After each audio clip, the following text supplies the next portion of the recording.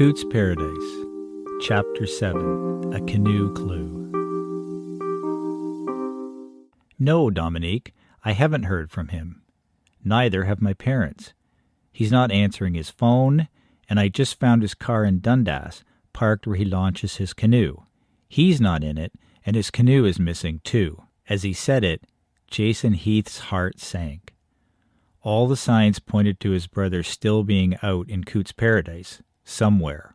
But as much as Danny loved nature and the water, would he have pulled an all-nighter out there? Something wasn't adding up here. I'm worried, Jason, said Dominique. Me too, thought Jason. Not wanting to sound worried, he switched gears. Listen, Dominique, Danny is not only the most responsible guy I know, he is also the smartest and most resourceful. He probably had a problem with the canoe, pulled ashore, and spent the night. He's probably making his way back to his car as we speak. You're probably right, said Dominique, sounding as unconvinced as Jason was when he said it. In the meantime, I'll call around, call some of his friends. Maybe they've spoken to him. Good idea, said Jason.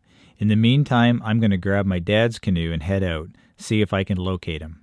Jason jumped in his car and sped back to his parents' place.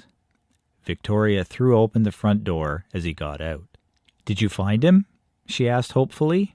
No, I found his car where he left it when he went canoeing. I have a hunch he might have had some trouble and spent the night on shore somewhere. I'm taking Dad's canoe and heading out from Princess Point. With that, his father Addie appeared at the door. Need some ballast? He asked. 2 paddles are better than 1, said Jason. Truth was, Jason and his dad always had trouble together in a canoe. They both wanted the stern. Jason, because he believed he was more adept at steering, and Addie, because he was 6'5", almost all of it legs, and when seated in the front, he ended up folded up like a backyard umbrella in a hurricane. It's hard to paddle when your knees are rubbing your chin. Atticus Heath, history prof at Mac, lived his life on his own terms. He wore shorts in winter, rode his bike to work year-round, played in a scrubby rock band, friends from their college days still pounding out the Stones and Zeppelin. With a mop of salt and pepper hair and graying beard, he looked exactly like the kind of person you'd find between his Tilly and his Birkenstocks. Thing was, he really didn't care what others thought, a quality that endeared him to students and drove his superiors nuts. The Heaths drove the short distance to Princess Point, unloaded, and put in at the launch. Both hesitated, waiting for the other to claim the bow, before Addie deferred to his son this time and scrunched into the front seat. Do you have a location in mind? He asked Jason. Not really. Figure we'll round the point and hug the shore, said Jason. But if he was on this side, he'd walk out on one of the trails behind Mac. He knows this area too well. I'm thinking, if your theory is correct, he'd be on the other side, said Addie. Jason thought for a second. That's why I brought you, he replied, smiling. I'll always be smarter than you, laughed Addie. There was no doubt about that, thought Jason. But I'm better looking, he added. You can thank your mother for that, said Addie. The breeze was light as they made their way across the shallow water. They scanned the nearby waterfront trail just in case. Despite the beautiful morning, there was no activity on a trail usually busy with joggers and cyclists. They pushed on, past the carp barrier, and pulled in closer to shore. Do we know what he was wearing? Asked Jason. Addie thought. Geez, I forgot to ask, he replied.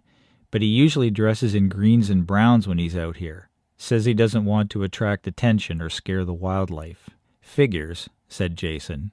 While it would be helpful if Danny had been wearing neon green, he'd never be caught dead in it. They continued to work the shoreline, past the RBG's Nature Interpretive Center and associated trails. Past Bull's Point, they detoured out to Rat Island and did a loop. Nothing. As they headed west, Addie spoke. What do we do when we get near the West Pond Inlet? There's a lot of little nooks and crannies there. We check every nook and every cranny, said Jason. As they neared the entrance, Addie spied something off to the left. There's a canoe over there, he said. Jason peered across into a marshy area. Through the reeds, he could tell that, indeed, there appeared to be a canoe. Problem was, this one looked blue. Danny's was dark green. A trick of the light, perhaps, thought Jason.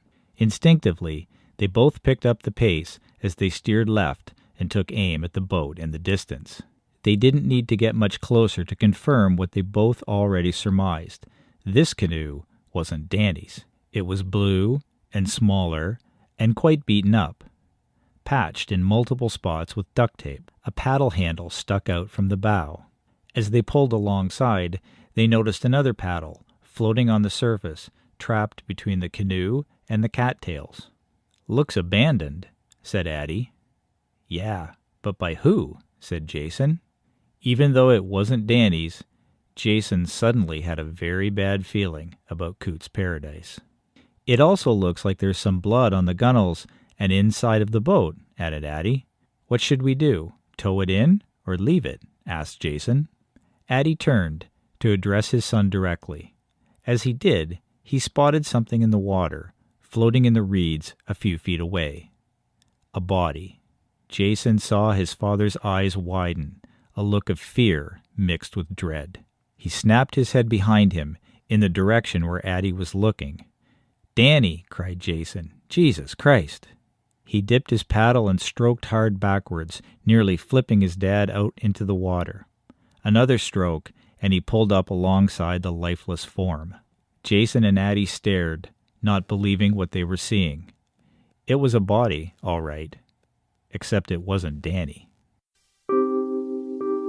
Cootes' Paradise, a Hamilton Spectator and thespec.com serial podcast.